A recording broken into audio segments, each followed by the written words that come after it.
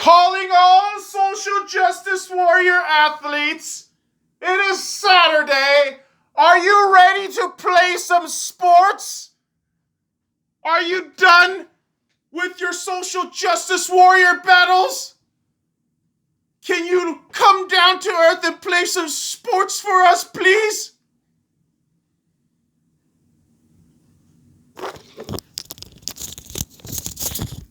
Kids, welcome to the S.C.Y Lounge podcast, episode number 248. Thank you so much for tuning into this episode. Follow me at the S.C.Y Lounge on SoundCloud, iTunes, and Google Podcasts, and also check out the S.C.Y Lounge on YouTube, Twitter, Instagram, and Facebook.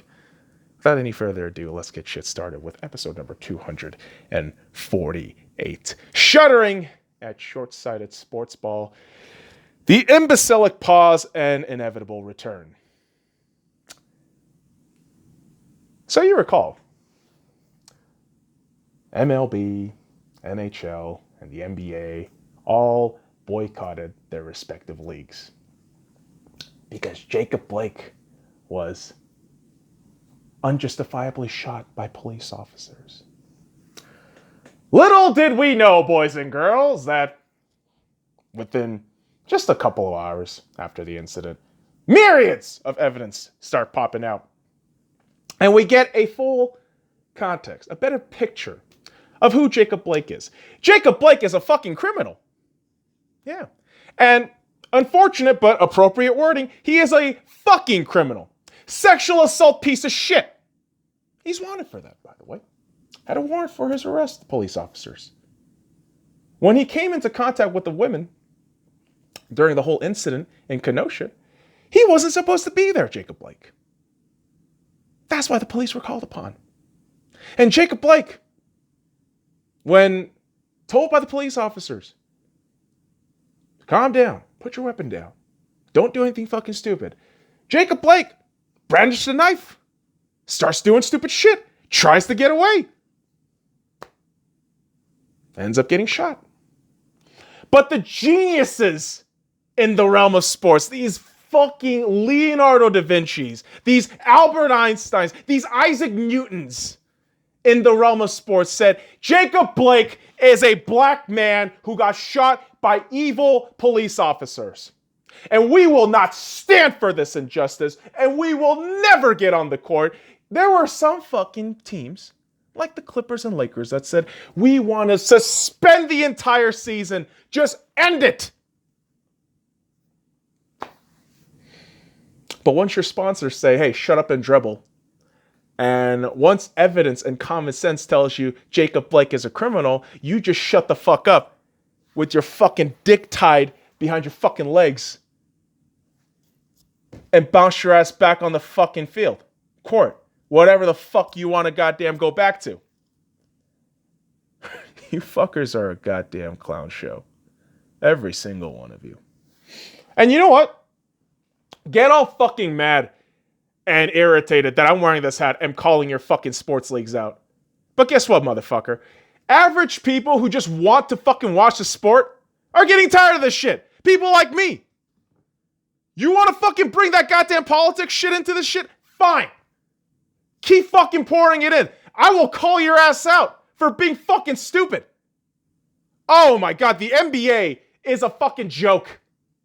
LeBron James, LeWong James, you fucking communist cocksucker. I hope you fucking lose in the worst way possible. Not just a championship, but maybe some sort of implication that you are a Chinese communist and you've been doing some illegal shit and you get fucking casted away. That's what I really hope for you, LeWong James, you fucking piece of shit.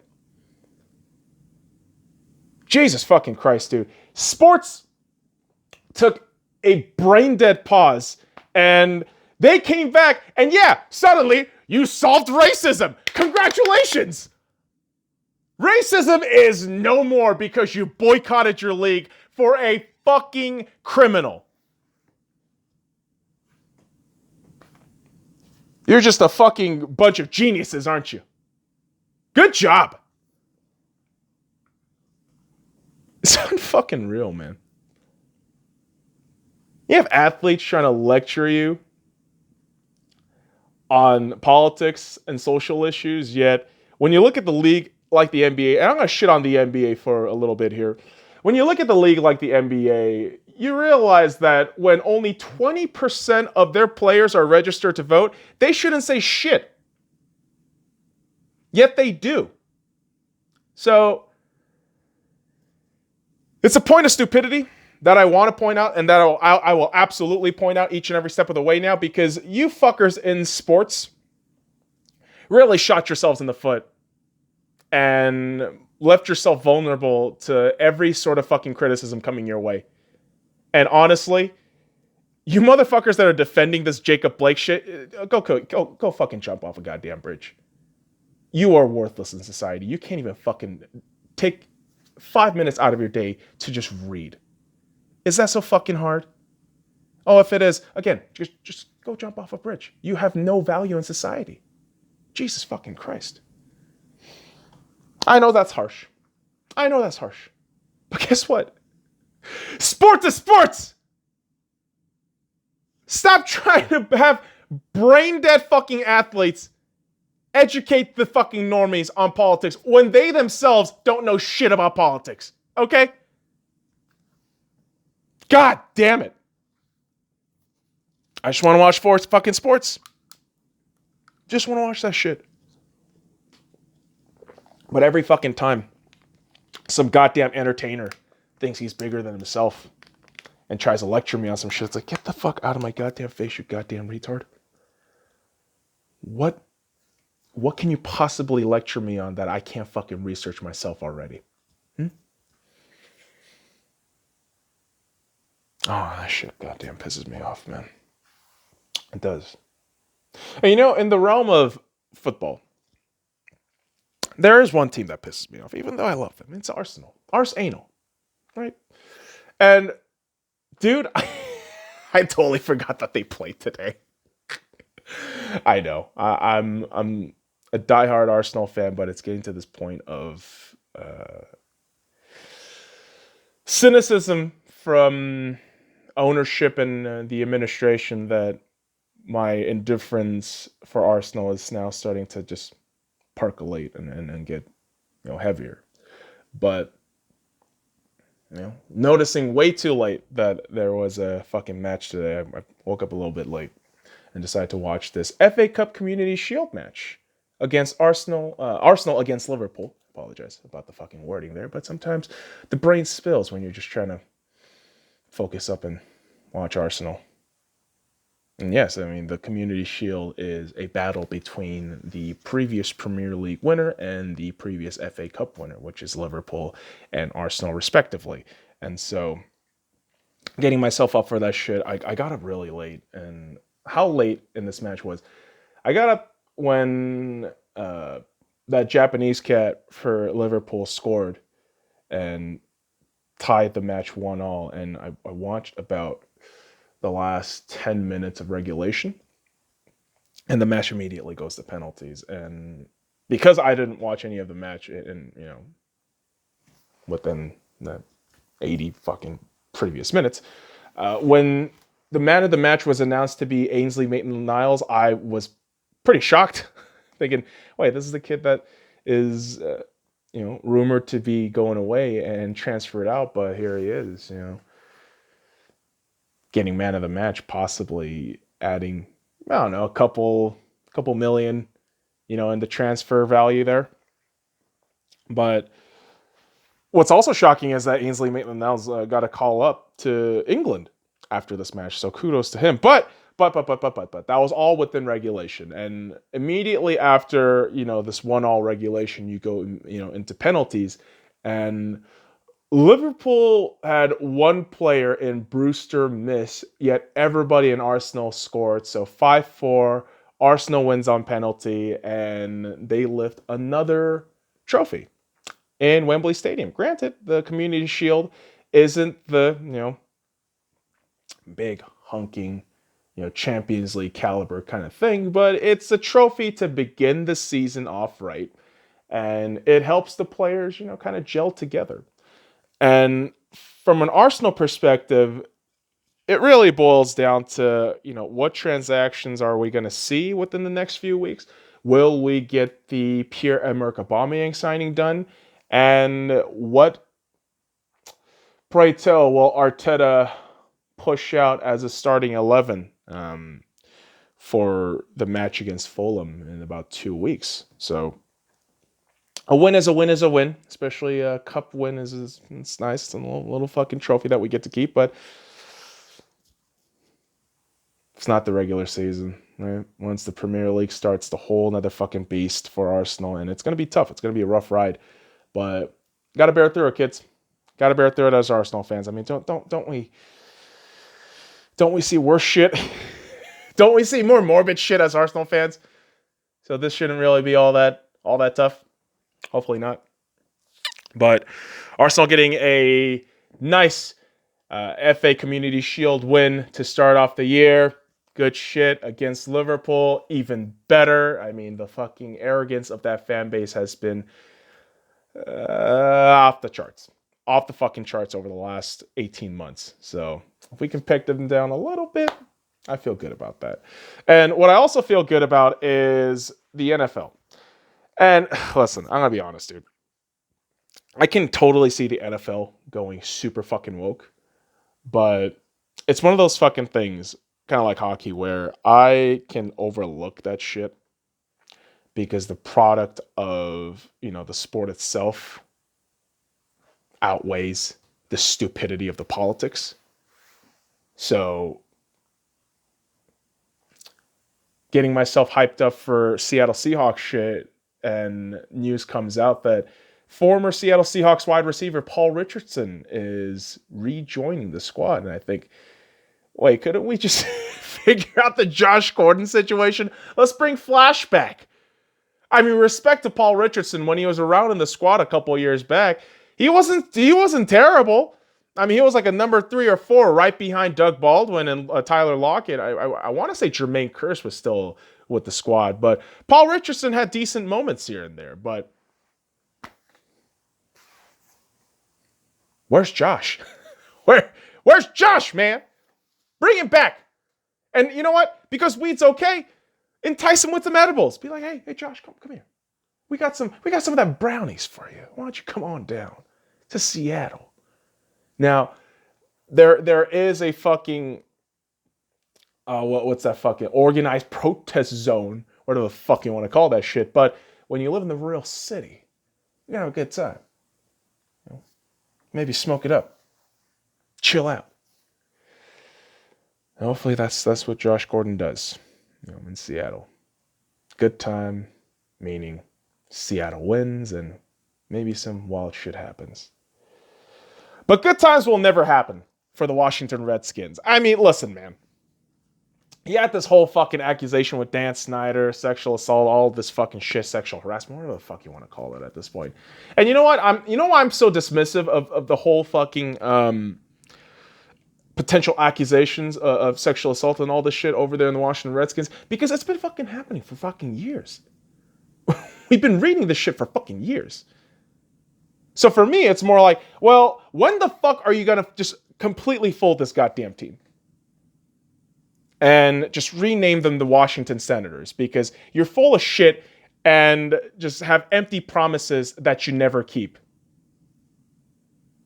So just call yourselves that and fuck off. Nobody cares about you anymore.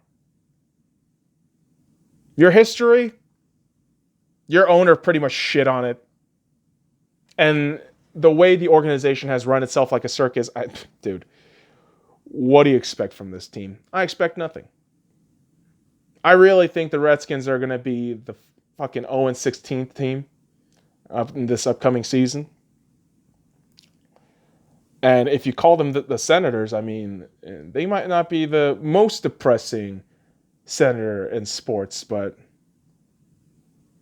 I don't know. That could be a year-to-year competition. Who's worse, the Ottawa Senators or the Washington Senators? I will say Washington. On any given fucking week or day. It's just fucking terrible. Speaking of terrible, Major League Baseball. So you got the trade deadline coming up real soon here. And I'm not gonna lie to you. As a Dodgers fan, I cringe at the thought of hasty trades to bolster pitching, which would mean we are going to give up a lot in the farm and the prospects. But Dodgers are hot right now. They are hot, and maybe bolstering the bullpen can push us over the edge. But I don't fucking know, man.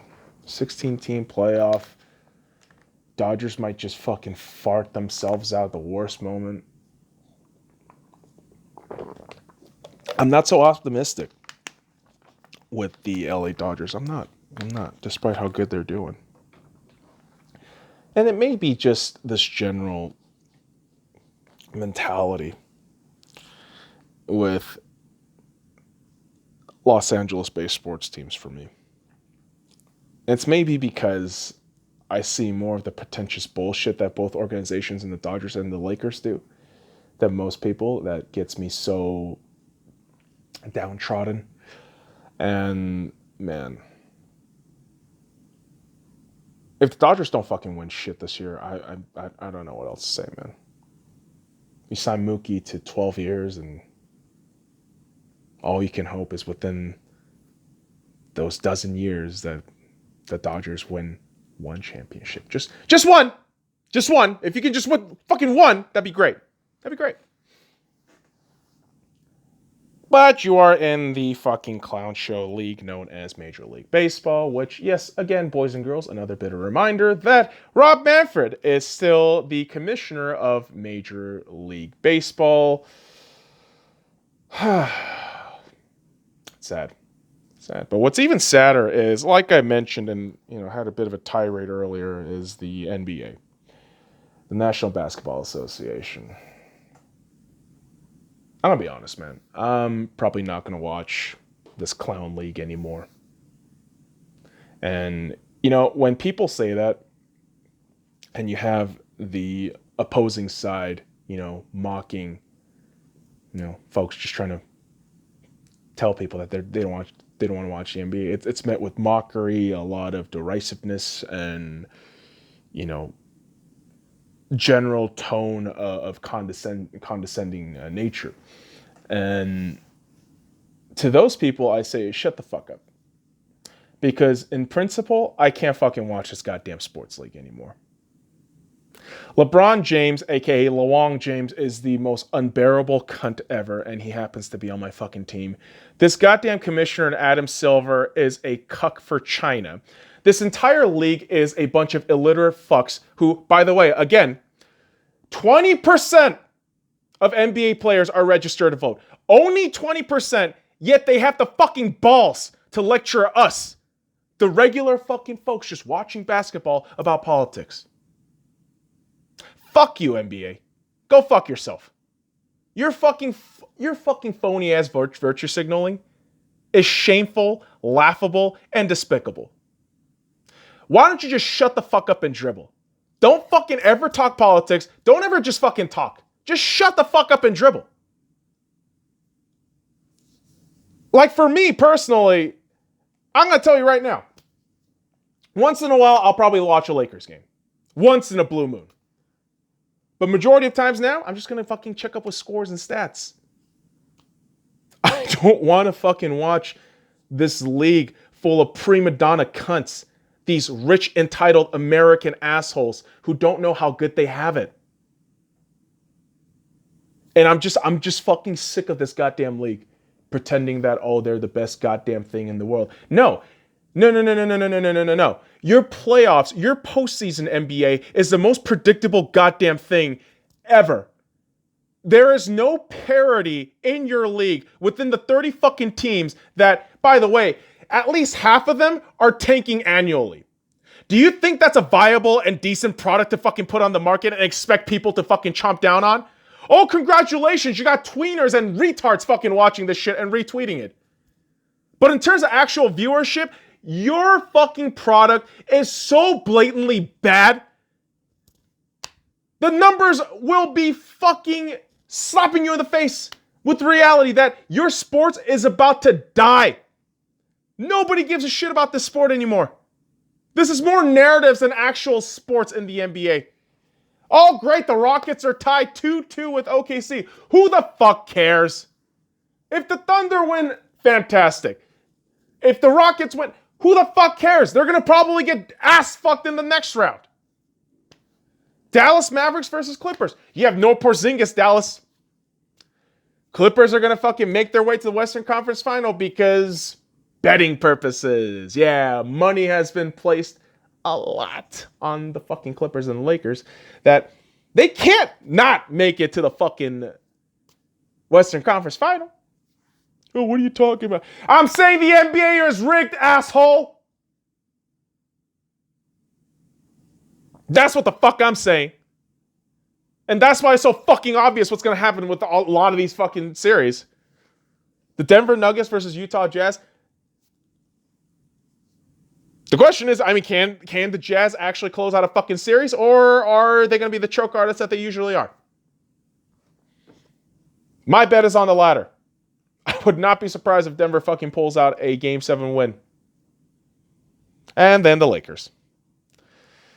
You fuckers have a 3-1 series lead and you're playing tonight. I am not going to watch you fucking assholes. I'm not. I'm just not.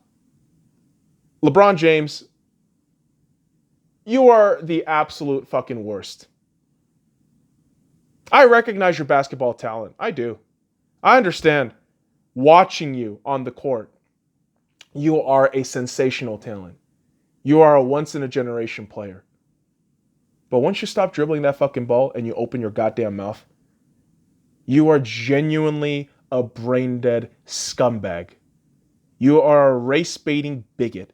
You are a fucking dipshit communist. And on top of that, you're a degenerate racist. And honestly, bro, I fucking hate the fact that you are in the Lakers. I genuinely hate it. Every time you open your fucking mouth in a post-game conference, I want to slap the shit out of you. I want to rip that fucking beard off your fucking face and just say, Wonton Wednesday, LeWong James, you bitch. Because everything that comes out of your mouth is just asinine bullshit. I dare you to fucking read at one point instead of photo-opping with books that you probably have never fucking actually read a book in your fucking life before, you asshole.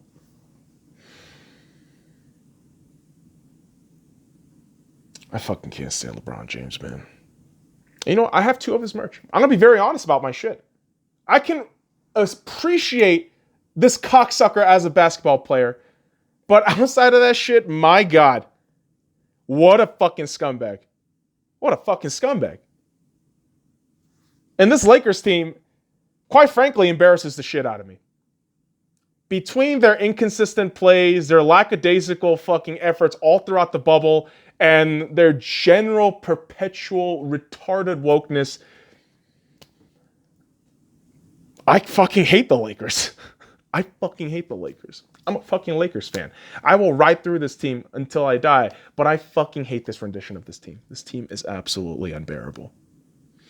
Egotistical, arrogant pricks with no sense of reality and just lecturing people all day, every day about achieving greatness and all this shit. Yet on the actual court, you are mediocre and lackadaisical on any given night. God, you fuckers are unbearable, dude. I fucking can't stand the goddamn NBA and the Lakers. And whoop-de-fucking-do. Round 2 series, all in the East, by the way. The only series that are finished are all in the East. They're all set. Boston Celtics versus Toronto Raptors starting on Sunday. I think Raptors are going to win that in 6. The Milwaukee Bucks taking on the Miami Heat starting Monday, I'm assuming. I think the Heat is going to give a lot of trouble for the Bucks, but the Bucks come out of it with a Game 6 win. But who gives a shit? Like, honestly, who gives a shit about the NBA anymore? You solved racism, assholes. Congratulations. Win. Cocksuckers. And you know, the NHL did something very similar, right? Boycotting. But this is a sport that I can tell you, despite the stupid fucking politics that decide to, shove up our ass, the sport actually outweighs the bullshit politics. So I will be watching. At least the Vegas Golden Knights shit I'll probably watch. But lots of stuff to be, keeping an eye out in the world of hockey, man. Like Claude Julien, head coach of the Montreal Canadiens, is assured for a 100% recovery after a bit of a scare a couple weeks back in the bubble. So good on him. He's getting healthy. And who's definitely not going to be getting healthy is the Arizona Coyotes. After the NHL stripped the Coyotes of a first and second round pick for violating testing policies. And here's the thing. This was something that was mentioned a couple of months ago with the Coyotes using a loophole to gain an unfair advantage in scouting. And I'm kind of shocked that the NHL went pretty hard with the punishment hammer. But listen, you fuck around and trying to gain an unfair advantage over your competition, especially in the scouting department, man. Right? Those top and mid-round picks, right? You get slapped.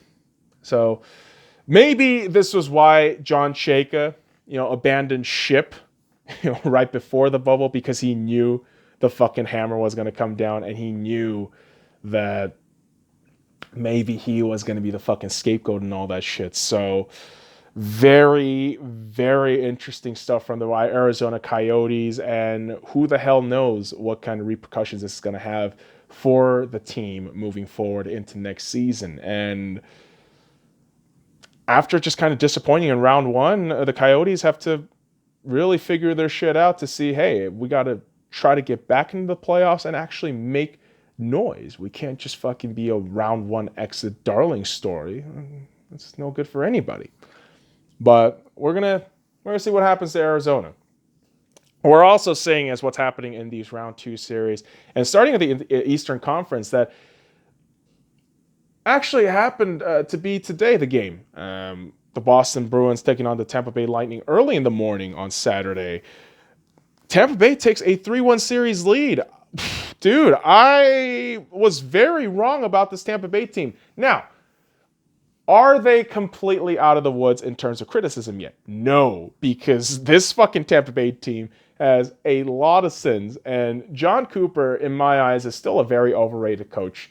And who the hell knows if Kucherov, Vasilevsky continues their form, because they're the stars. I mean, but Palat, Braden Point, they're all being fucking animals. Victor Hedman being solid.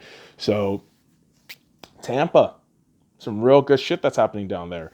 And the other matchup in the East is the New York Islanders taking on the Philadelphia Flyers. And as we're recording right now, the puck is about to drop on the game. So as the series is tied 1-1, I'm thinking the Flyers come out of this series bruised, battered, but with the win. And I say bruised and battered because the Islanders are something else. They're a pretty strong group. And so watch out for the goddamn Islanders. And in the Western Conference, you have the Dallas Stars having a 2-1 series lead against the Colorado Avalanche. And, with all those days rested up and Colorado looking to, I don't know, not completely fall off the series. I mean, watch out for Game 4 where Nathan McKinnon, I feel he's going to go off. And Dallas has to just make sure they don't fucking get flummoxed like they did in Game 3. That was just kind of a final 8-minute breakdown disaster, which, by the way, boys and girls, I did have money placed on that game, so I was so fucking pissed when Dallas blew it, but it happens. This is the way hockey works, man. Sometimes you might be favorites, but you still get your ass slapped and dick slapped. Not in the fun way. Like the Vegas Golden Knights, who tied their series with the Vancouver Canucks after a loss in Game 2, 1-1. So my feeling is Canucks are going to punch the Vegas Golden Knights in the mouth again.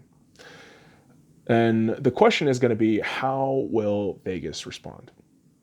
I'm hoping Vegas, goes 3 games unbeaten. That would be beautiful. But Vancouver is a really, really solid team. I mean, on the backs of Markstrom, those fucking forward talents and Besser, JT Miller, Elias Pettersson. It's tough and it's rough. And, game 3 and 4 being part of back-to-backs, it's going to be, I believe, very rough for the Vegas Golden Knights. And hopefully goaltending isn't a huge issue. Robin Lehner in game 2 looked a little bit iffy.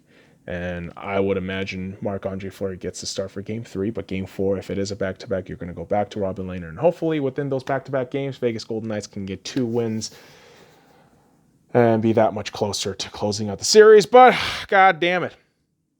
It's a long ride. It's a long ride, kids. But ultimately, if you keep sport about sports, we're going to have a good time. If you don't, I'm not going to fucking stand for that shit. Really not. And I'll stand for the anthem.